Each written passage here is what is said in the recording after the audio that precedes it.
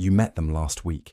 They were standing right in front of you. They told you their name. You repeated it back. You maybe even used it once in the conversation. And now it's just gone. Completely gone. Like it was never there at all. And the worst part? You remember exactly what shirt they were wearing. You remember the specific thing they said that made you uncomfortable. You remember the way they laughed a little too loud. But their name? Nothing. And somewhere in the back of your mind, you've quietly wondered, what is wrong with me? Nothing. And I mean that in a way that's actually going to surprise you. Because forgetting names isn't really about memory. It's not about intelligence. It's not even about how much you care. It's about where your brain decided to put its attention, and why. And by the end of this, you're not going to feel embarrassed about it anymore. You're going to understand something about yourself that most people spend their whole lives completely missing. Let's start with something that's going to feel uncomfortably accurate. When you meet someone new, most people are having a pretty simple experience. They're taking in the basics: name, face, handshake, clean, linear, easy. But you're running a completely different program. You're noticing the slight hesitation before they answered that question. You're picking up on the energy in the room shifting when they walked in. You're already cross-referencing something they said against their body language, and something isn't quite adding up, and you can't stop turning that over quietly while the conversation keeps moving. You are processing multiple invisible signals simultaneously, and your brain, being the ruthless prioritizer that it is, made a call. It decided that their name was the least important thing in the room. That is not a flaw. That is actually how high-bandwidth minds work. Think about what a name is, really. It's arbitrary. It's a label someone was handed at birth that has nothing to do with who they actually are. Your brain knows this. So when you're in a socially stimulating environment, meeting new people, reading the room, managing your own nerves, picking up emotional data from every direction, your brain quietly files the name somewhere low priority and keeps its real processing power on what it's decided actually matters. The emotional texture of the interaction, the subtext, the feeling. You don't collect names, you collect impressions, and that tells you something important. Now here's the part that might sting a little. The people who are best at remembering names. Research consistently shows they tend to be higher in extroversion and lower in what psychologists call depth of processing. They move quickly through social information, grab what's on the surface, name, face, professional role, and store it efficiently. Their brain isn't distracted because it isn't going very deep, and there's nothing wrong with that. But it's not you. It has never been you. You go deep or you go nowhere, and depth has a cost. There's a concept in cognitive psychology called attentional narrowing. The idea that when your focus locks onto something emotionally significant, your brain actually suppresses the processing of peripheral information. So when you're genuinely engaged with someone, when you're actually listening, actually feeling the weight of what they're saying, the administrative details floating in the background, gone. And the name, almost always, is an administrative detail. The people who forget names most easily are often the people who are most present in the conversation. Let that sit for a second. You weren't checked out. You were completely in it. You were just in the part of it that doesn't come with a label.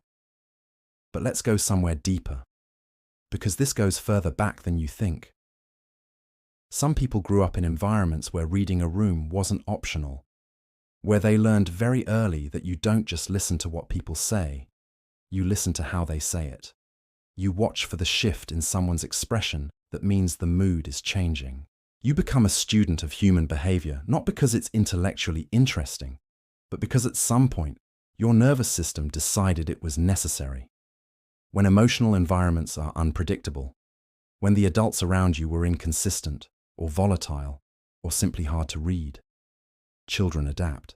They become exquisitely sensitive sensors, always scanning, always processing, always trying to stay one step ahead of a feeling they couldn't name. And that child grew up into you, still scanning, still processing, still putting the emotional data first, because somewhere deep in your nervous system, that's what always mattered most. The vibe, the the shift, the thing underneath the thing, not the name. Never the name. Here's the contradiction, though, and this is the part people never talk about. This same wiring that makes you terrible at names, it makes you extraordinary at people. You are the person someone calls when they need to actually be understood. Not just heard, understood. You pick up on grief that people are trying to hide. You notice when someone's "I'm fine" has a particular weight to it that everyone else just walks past. You walk into a room and you already know somehow, before anyone has said a word, that something is off. That's not a party trick. That is a form of social intelligence that most people don't have and can't learn. But here's what no one tells you about carrying that kind of sensitivity. It's exhausting in a way that's almost impossible to explain. Because you're not just processing your own experience.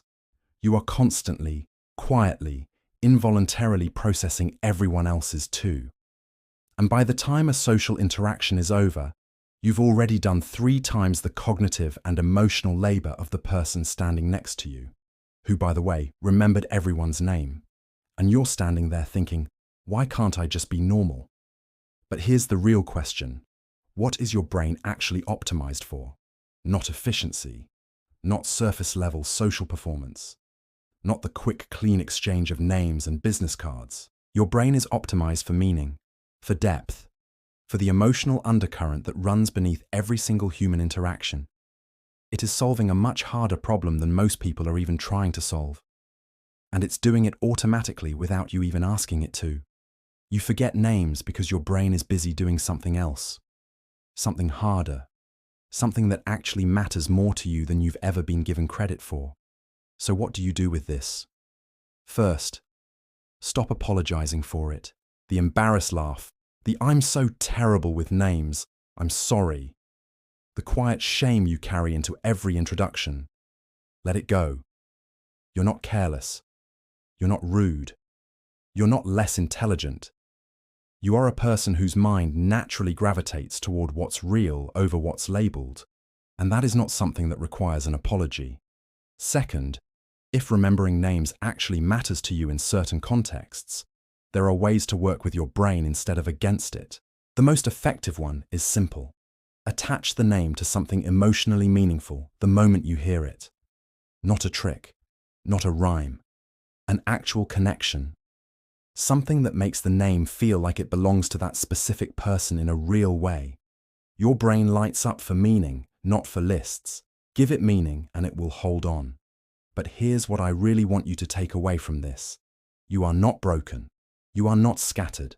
You are not the awkward one who can't remember anything. You are someone whose attention naturally flows toward depth, toward feeling, toward the invisible architecture of human connection.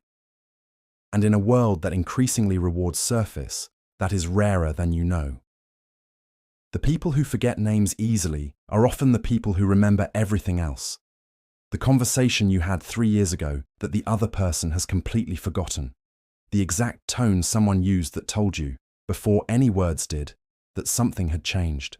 The moment in a crowded room when you looked at a stranger and somehow, without any reason, just knew they were hurting. You weren't built for labels. You were built for truth. And if this video felt like it was talking directly to you, like it was pulling something out that you've never quite had words for, then you might want to watch the one about why deeply emotional people feel everything more intensely than others. Because the two things are connected. And what you find there might explain even more about the way your mind has always worked.